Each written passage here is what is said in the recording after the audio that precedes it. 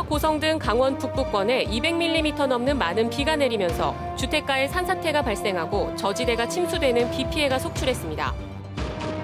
중부지방 폭우에 따른 태백선과 영동선의 운행 중단이 복구가 마무리되지 않아 당분간 이어질 전망입니다. 강릉시가 집중호우 때마다 발생하는 저지대 침수를 막기 위해 빗물 펌프장 증설 등 대책을 마련했습니다. 양양군이 쓰레기 배출량 증가에 따른 환경자원센터 증설을 추진하는데 주변 마을 주민들은 반발하고 있습니다. 안녕하십니까. 뉴스데스크 강원입니다. 영동 북부 지역에는 오늘 오전에만 200mm가량의 폭우가 내리면서 산비탈이 무너져 주택가를 덮쳤습니다. 고성과 속초에서는 이재민이 속출했습니다. 김영호 기자가 보도합니다. 흙과 빗물이 섞인 진흙더미가 주택가 골목길을 막아버렸습니다. 작은 중장비가 투입돼 진흙을 파내며 길을 뚫어보지만 쉽지 않습니다. 갑자기 내린 많은 비에 산사태가 발생하고 마당에 있던 나무는 지붕을 덮치면서 골목길은 이렇게 흙투성이의 물길로 변해버렸습니다. 최북단 지역인 고성군 거진에서는 오늘 오전에만 200mm의 강수량을 기록했는데 아침 7시쯤 산사태가 발생했습니다. 이 산이 원래 이 산 똑같았어요. 똑같았는데 그게 무심해서 쓸려온 거야 다. 계속 흙들이다. 계속. 갑자기 내린 비에 우수 관로마저 역류해 주택가에서는 모래주머니로 흙탕물을 막느라 분주했습니다. 주민들은 이런 피해는 태풍 때도 없었다며 허탈해합니다.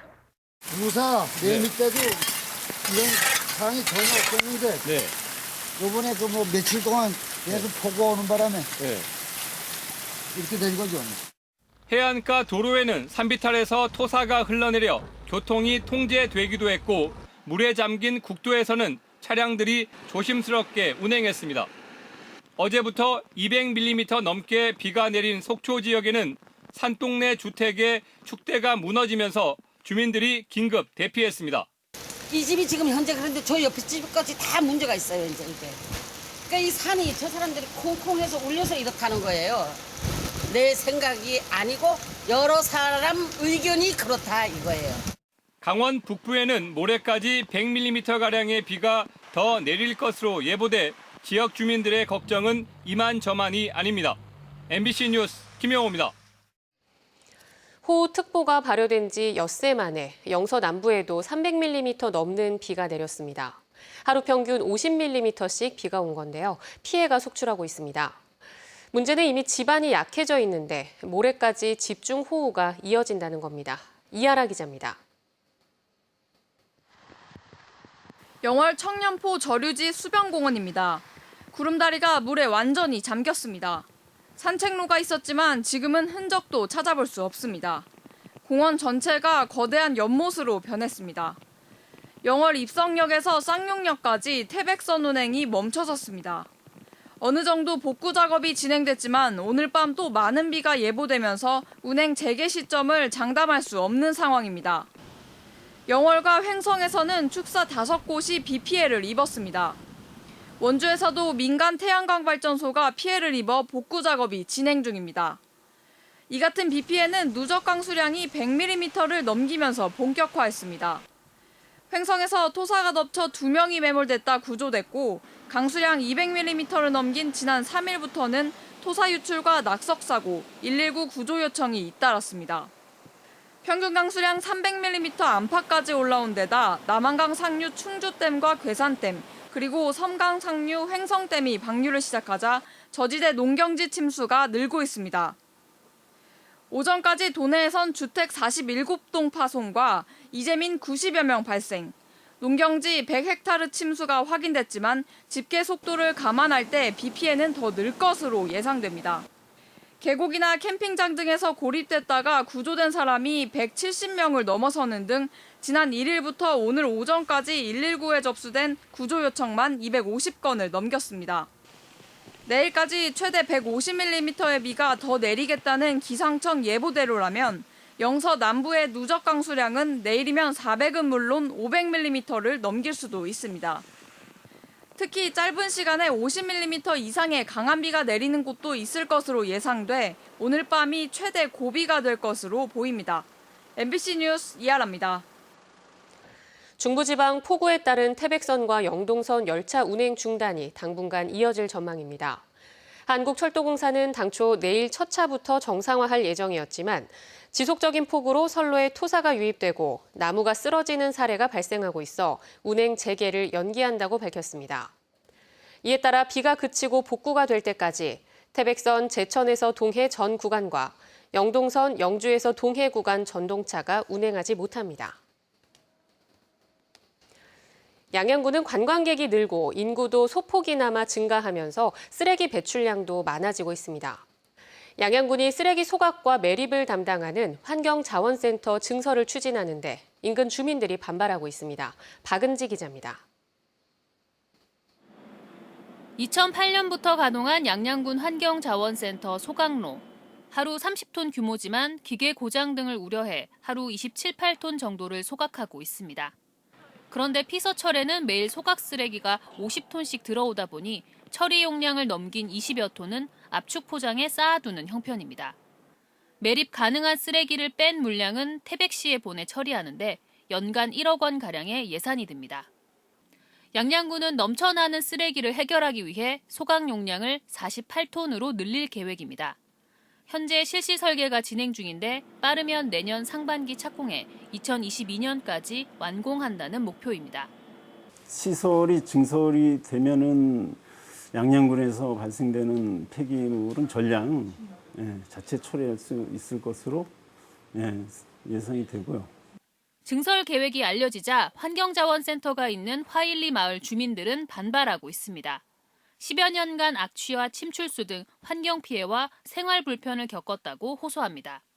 특히 암에 걸린 주민들이 속속 나타나는 등 건강 문제를 우려하고 있습니다. 환경자원센터를 설치하려던 2004년에 이런 조사들을 실시하기로 약속했지만 한 번도 지켜지지 않았다고 덧붙였습니다.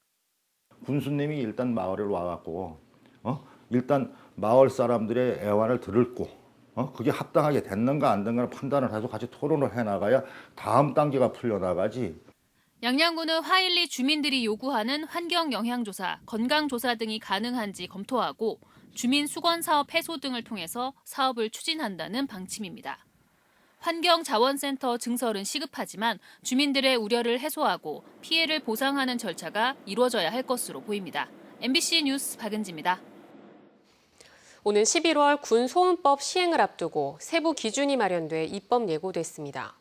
논란이 됐던 개발 제한은 대폭 완화됐지만 소음 피해에 비해 보상이나 저감책이 미비해 아예 군부대를 이전해달라는 요구가 곳곳에서 터져나오고 있습니다. 김진아 기자입니다. 입법 예고된 군소음법 시행령과 규칙입니다. 소음이 80베클 이상인 지역 주민들에게 월 3만 원에서 6만 원까지의 보상금이 소송 없이 지급됩니다. 법 시행일은 11월 27일이지만 실제 보상은 소음 측정이 마무리되는 2022년 시작됩니다. 모든 개발 행위를 제한해 사유재산권 침해 논란을 빚었던 부분은 일종구역의 방음시설 설치 신축 조건만 남기고 모두 삭제됐습니다. 하지만 피해 보상 기준이 여전히 민간항공 75회클보다 높고 근본적인 소음 저감책과 주민 지원 사업은 찾아보기 힘들어 군소음 방지법이 아니라 군소음 묵인법에 가깝다는 지적도 나옵니다.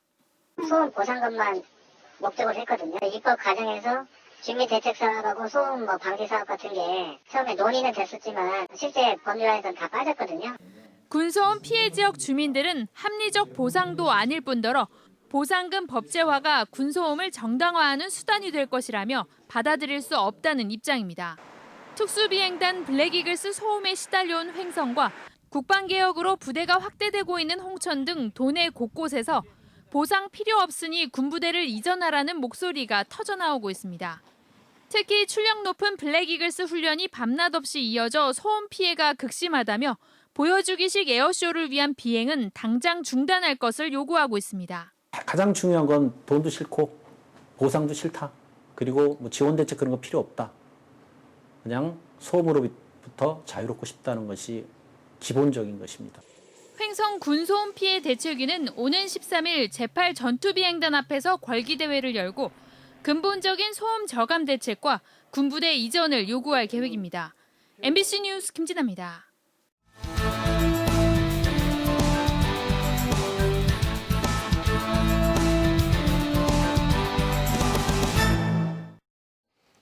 강원도 교육청이 2021학년도 도내 공립 유초등 특수학교 교사 186명의 선발을 예고했습니다.